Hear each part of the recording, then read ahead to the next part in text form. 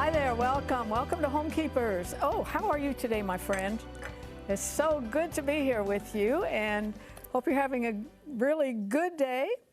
I never, ever, ever want to forget that we often have new viewers and we love our regular viewers, but welcome to the new ones. We deal with things that are very, very, very important, and I believe that the Lord sends us new viewers on a very regular basis, and you will not be sorry if you stay with us today.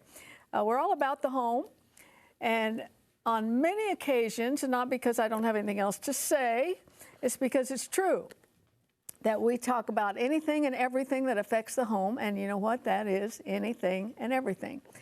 And could not be more true today. Look at this book called Reconciliation and Remarriage. I'm not sure I've ever picked up a book quite like this, and trust me, I read a lot of books within a year, but you do not hear a whole lot about reconciliation. And this marriage there was a separation there and even a divorce for a part of that time, 7 years. And I was just thinking of a song we used to sing in church all the time, that God specializes in things thought impossible. And if there was anything ever thought impossible, it would be for a marriage to be put together after 7 years. I want you to really get ready to settle in and meet my friend, Sandra Young Harris from Arkansas, and she is also an attorney. And she believes God in a way that I'm not sure a whole lot of Christians do. I'm anxious for you to meet her. And Stephanie and I are going to make something I can hardly wait to taste it. It's called Easy Cheesy Vegetable Soup. Now, why am I so excited? Because the base of it is not water, it's not chicken stock, it's not beef stock, it's coconut milk. And everything coconut is in a big, big revival today. I ever actually put the coconut oil on my face. I'll tell Stephanie about that when we get over there. But I'm so anxious to see what this tastes like. So I will join her as soon as I tell you about our famous wraparound bracelet, that it fits the smallest or the largest wrist. And it comes so that you have several variations on the size, but that's how long it is. And it's leather, and it has a lovely little cross right here in the center. And all along here is printed the Lord's Prayer. I'm not sure the camera picked that up, but boy, have I enjoyed this, and you have too, because you've been ordering them, and the good news is I was able to get some more. I didn't think we could get any more. So if you would like to have one, that information is coming up on your screen. A lot of people, I think maybe it's 50-50, but like to order by the 800 number, and that, of course, is either your credit card or debit card, and then the address is there on your screen, and I've been asked many times to say the address for anyone who is visually impaired, so it's Homekeepers, Box 6922, Clearwater, Florida, 33758. And I'm over here. Do you ever put coconut oil on your face? I do, all the time. I didn't try that until a few days ago, and your face sucks it in. Well, once a week I take coconut oil and I put sugar in it, and I exfoliate with it. Mm-hmm. Well, I'm telling you, I was so surprised because it's like your skin just sucks it in. So good. Yeah, because it felt, it feels kind of wet, liquidy, but boy, it leaves. Mm-hmm. So that's only one thing that's happening with coconut right now. Yes. Okay, you have used olive oil. Olive oil, and I have some onions in here that are translucent, and we're going to put the coconut milk in. Yep. Whoops. Sorry about that. I will clean it up. I will clean it up. It's 4.5. It calls for 4.5 cups. This is about 4. So. Well, I do the Young Power Shake almost every single morning, and I had one this morning, and I always start out with coconut milk. Sometimes almond milk, but this, I'm telling you, this grabbed my attention. I just so anxious to see what it tastes like. Yeah. So I have this cranked up. I'm going to get the heat cranked up. And I'm going to go ahead and put the cheese in, too. That'll melt along with and get warmed up with the And I was thinking it's going to have rice, and depending on the thickness you want, you can do that with the rice. You could put in more or less, Yeah. whatever. Or you could do, as we found out a couple weeks ago, you do faux rice and use cauliflower that's been chopped up in the food processor. That would be good in there. That really would. And then that would lower the carb count. Well, earlier this week, I brought in my grandson. Yes. Tell him about him. Yes, he is a giant. She brought him in. We're like, oh, hello. Actually, he's 6 feet, and his brother's. He looks even taller He than did. 6 feet, yeah. Well, and he was with you and Bob, so. Yeah. But Bob DeAndre, if you don't know, is our founder and president, and I remember so well when Caleb, the grandson, was just a few weeks old. I took him into the office, and now here stands this towering. He just walked in, and Bob was like. Now tell him how handsome he is. He was very handsome. You know what I think a very handsome young man. Yeah, a very good young man. I love. Used to your daughter to come on the show once in a while. Could we get her to do that again? Do you think? I'm not so sure anymore. You're not going to speak for her. Can't speak for her anymore.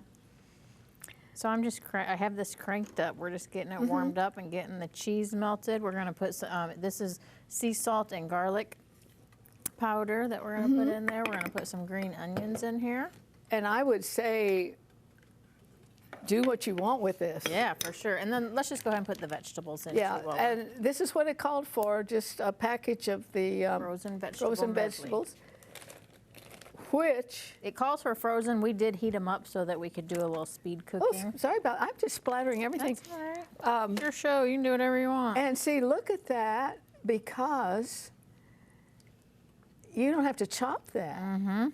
Yeah, this is a super simple. Oh boy, I think work night soup. And with the rice in it, it gives it a lot of. We can go ahead and do that too. You want the rice? Yeah. Here, I'll go ahead and... Do you want to do it all, or did you want to do just? What do you think? Sure. Okay, let's. Might as well. You cooked it. And you do cook the rice ahead of time. Cook the rice ahead of time. Oh that boy, looks so delicious. Doesn't that look good? Yes. Now this is speed cooking. Please remember. You're going to want to cook this you a want lot it to longer hang because out you want a little the cheese bit to melt and you want it to get all married in yummy goodness. Well,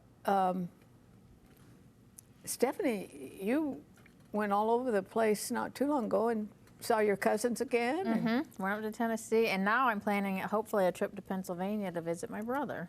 and you haven't seen him in a long time. Right? Well, no, my one brother, Billy, I saw, he came for Alexis's graduation last June. Oh, okay. Well, all that's left for me really is two sisters. And I'm telling you, they mean the world to me. Yes, yes. If you're fussing and fighting with your relatives now, You really start figuring out what's worth it and what means something and what's important. you know, my grandson, their home burned badly enough that, and so is my son's son and family.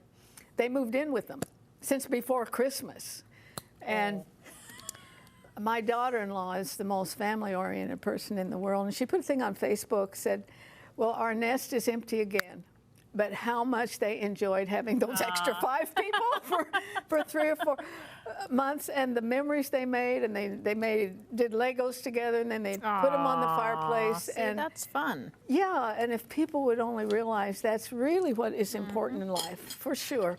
Okay, you can taste this, but of course it needs to cook for longer, but you can taste it. I think I know I'm going to, because the vegetables even haven't had the time to. Right. Oh, man, that's soothing. Yeah? You want to, here. I wasn't going to try it, but I will.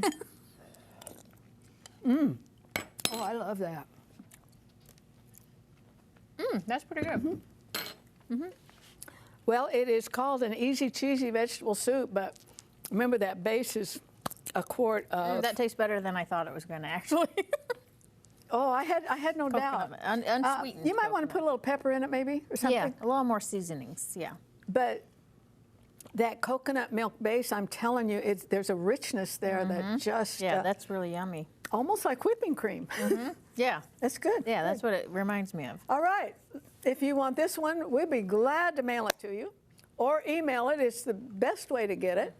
And thank you for all your nice words when you email and write to us, but we'll be glad to get out to you.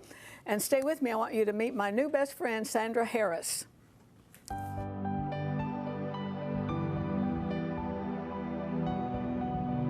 If you would like a copy of today's recipe, just write to the address on your screen, or you can email your request to arthelene@rippy.org.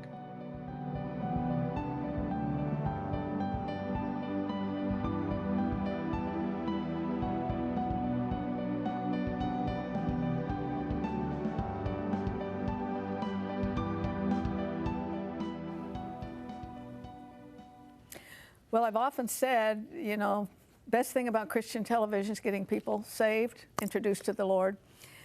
And the second thing is a good testimony. And boy, do we have one today. I am so thankful that I got the book Reconciliation and Remarriage by Sandra Young Harris. She's an attorney from Pine Bluff, Arkansas, and her story is riveting. And I'm glad you got the memo to wear black. People might tune in and say, oh my. Well, welcome to Florida. Thank you very much. Yeah, have you been here before? I have, yes. Yeah. I have been to Pine Bluff, Arkansas, believe it or not. Yeah. My husband was born in Arkansas, and I've got great memories of that state. Yes, it's a great state. And wonderful people, and I love Little Rock for one thing, but Northwest Arkansas is gorgeous. It's beautiful. You ever go there? Very beautiful. Tell me a little bit about your background. What kind of a home were you raised in? How many children? Was it a Christian home? It was a Christian home, yes. There were 6 children, my parents, and we just lived a normal upbringing. We were raised in church, raised to believe God. I accepted Christ when I was 10 years old. Have been a Christian now for over 50 years. Mm-hmm. And I know that you went later in life, and we probably covered that a little bit, to law school. What was it that kind of interested you to go in that direction? Because that sounds hard. Well, it was very challenging, to say the least. But I had worked in another profession for about 12 years, and my interest changed. I became interested in social justice and had an opportunity actually to go on scholarship. So I took advantage of that and went and graduated in 1992. I think it's a good message for anybody, but especially for women. You can keep learning and of course, growing. you should keep learning. You should keep learning. Do you have a specialty in your practice? Primarily just civil litigation. However, I do handle cases concerning family issues and children's issues, so I do quite a bit of that. Well, it's very needed too, and we need some good Christians in the law profession and somebody that can work to bring justice where there's injustice. Yes, for sure. of course, Yeah. of course. I enjoy the problem-solving aspect of it and helping people out of some very dire circumstances. So I think it's a very noble profession. It's very compatible, actually, with my Christianity. I have no doubt. Okay, now the book is Reconciliation and Remarriage, and Sandra and her husband Herbert were separated for 7 years, divorced for a year and a half or so. Yes. That seems to me like you're just hanging out there, especially all the years you were separated. A divorce is kind of final, but... Yes. Well, I don't see it that way, because during the first 5 years that we were separated, for me there was a lot at stake. And I had to evaluate, where I wanted to go with my children, with my family, even with my witness. So therefore, I had to give God an opportunity to work this out. I had been taught all of my life, that He could do the impossible. And so I wanted to give Him that opportunity. He had to get my permission, for me to wait that long. I did not have to give Him my permission. As you know, He doesn't force us to do anything. And but I wanted to see, you know, if his word really were true, you know, if what I had heard about him was true. Therefore, I made the decision to just be patient and to wait.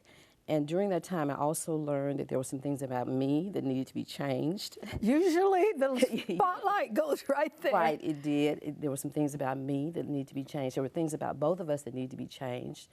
And to be quite honest, you know, it took me about a year to really realize, when my husband was away, that I needed to change. I had a problem with strife, with arguing.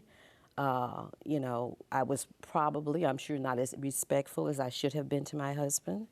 And the Lord had to change me, but he also changed my husband at the time. Because when you think about it, if a couple is separated, they really don't want to come back together the way they were when they left. Mm-hmm. They Right. really need to give the Lord time to change them. And during that time period, he did make some changes. Were there several issues that really forced the separation? Well, you know, they say the little foxes spoil the vine. Mm-hmm. Well, over the years, things just happen, unresolved, you know, anger, arguments, those kinds of things, just little things, really. Mm-hmm. And I think the stress of going to school, it was quite demanding. And also, when I began to go to school, my husband's mother became ill, terminally ill. And that took quite a bit of time, you know, away from the home. So it was just a lot of that caused us to break up. I used to have a good friend who is in heaven today, but a lot of my viewers will recognize the name of Dr. Richard Dobbins.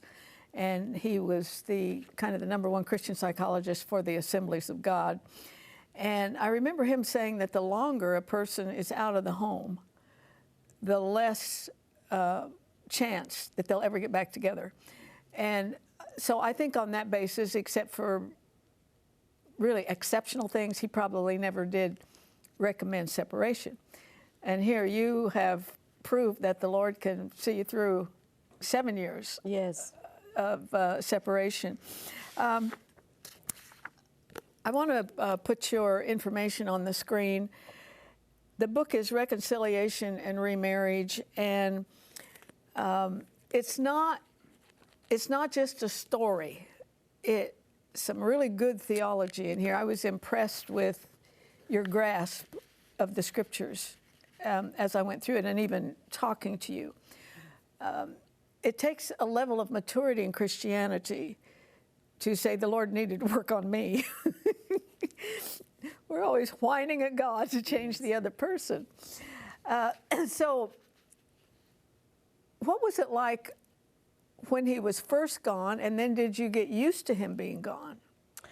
Well, you know, to be quite honest, when he was first gone, I was somewhat relieved because there had been a lot of rancor between us, a lot of anger and arguing and so forth, and I felt that a weight had been lifted.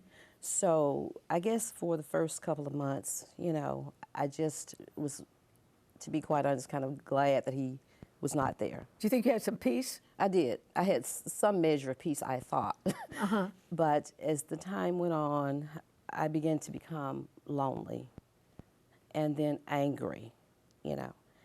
And all of the emotions that we have, you know, I think I probably experienced them, becoming almost hysterical one night. And I was lying there on the floor crying, and I heard the Lord say to me very audibly, "Get up, stop crying. He's in worse shape than you are. You need to pray for him." And I was amazed, you know, to hear that. What about me? What about me? What about me? Exactly. What about me? Yeah. And the next day I was in the grocery store, and this feeling of compassion for my husband just came over me.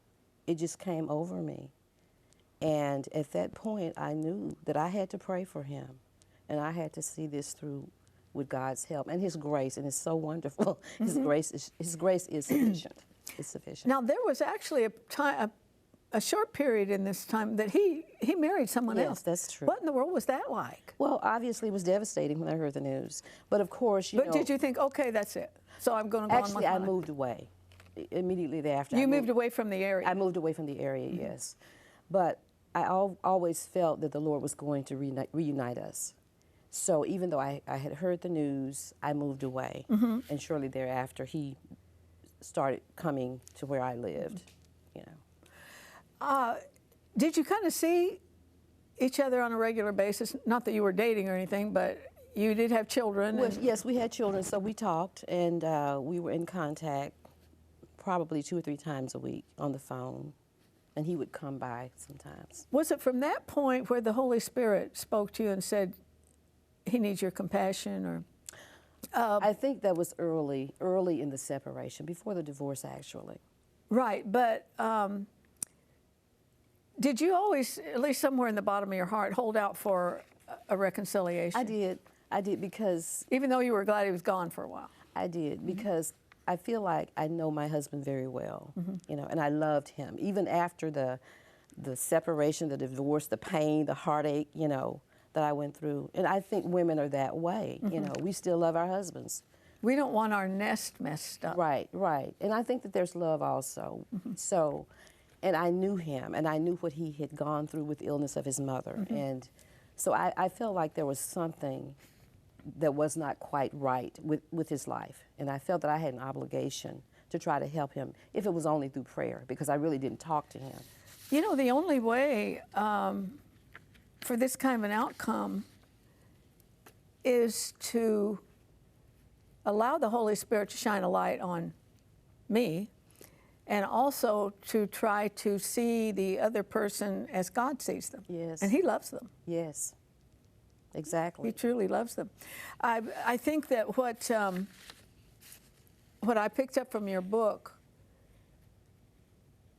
there are Christians and then there are grown-up Christians. I think you're grown up. I think this may be, in many ways, the ultimate way to look at a situation, the ultimate Christian adult. Because we pick up the culture from the world, and the world is all about us. You don't offend me, you don't cross me, because I'm me.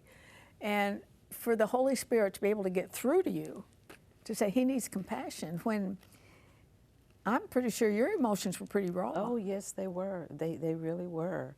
As I said, I went from being somewhat relieved to being angry to being lonely, all of the things that women especially go through, to feeling sorry for my children, to feeling that, we were not, we're not deserving, of this treatment, all of those things. And there are a lot of women listening right now that relate to all of those things. Yes. How did it affect the children? Because I got the idea he's never really out of their lives.